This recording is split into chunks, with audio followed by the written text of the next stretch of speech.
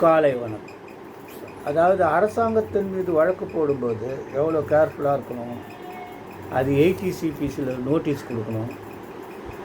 அரசாங்கம் அந்த தன்னுடைய மகளுக்கு எதிராக எதிர்மறை உரிமை அட்வர்ஸ் பர்சன் கிளைம் பண்ண முடியாதுன்னு அடிக்கடி உச்சநீதிமன்றம் சொல்லியிருக்கு.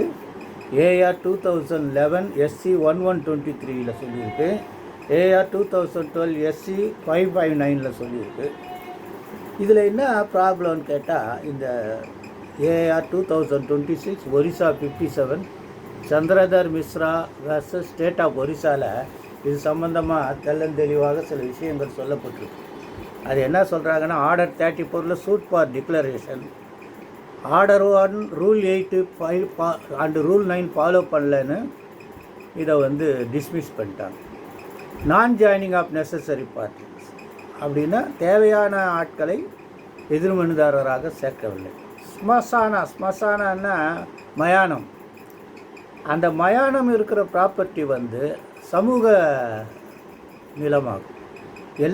அந்த குறிப்பிட்ட கிராம மக்கள் அனைவரும் பயன்படுத்துகிற நிலமாக இருக்கிறதுனால அதுக்கு விரோதமாக வழக்கு போடும்போது அந்த அனைத்து கிராம மக்களையும் எதிர்மனுதாரராக போட்டு வழக்கு போடணும். அவ்வாறு போட தவறியதால் வழக்கு தள்ளுபடி செய்யப்படும்.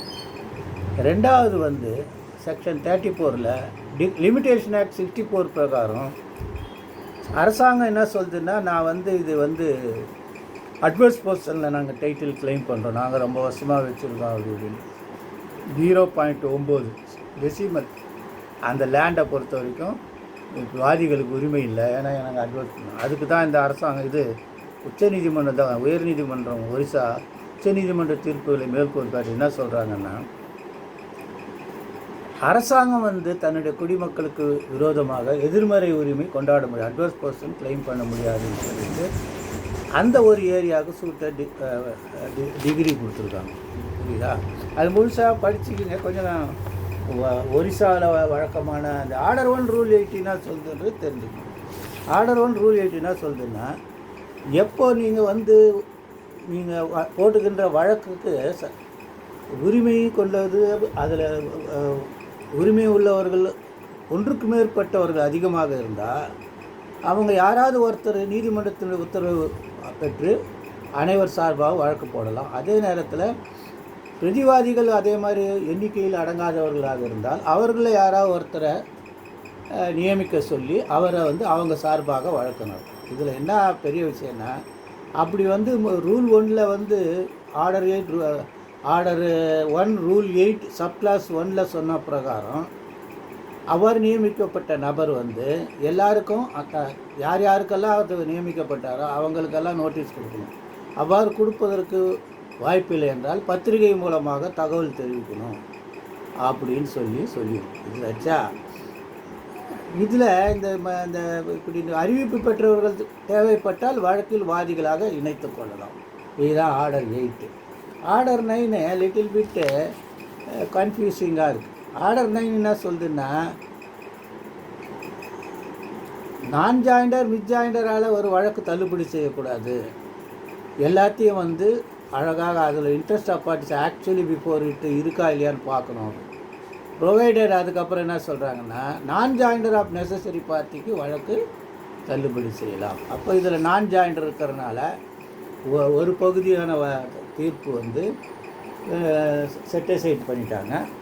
ஒரு பகுதி தீர்ப்பு அட்வர்ஸ் பொசிஷன் கிளைம் பண்ணதாங்க அரசாங்கமே, அது செல்லாது, அரசாங்கம் அவ்வாறு செய்ய முடியாதுன்னு சொல்லிட்டு தீர்ப்பு கொடுத்துட்டாங்க. இதுதான் வழக்கு. ஆக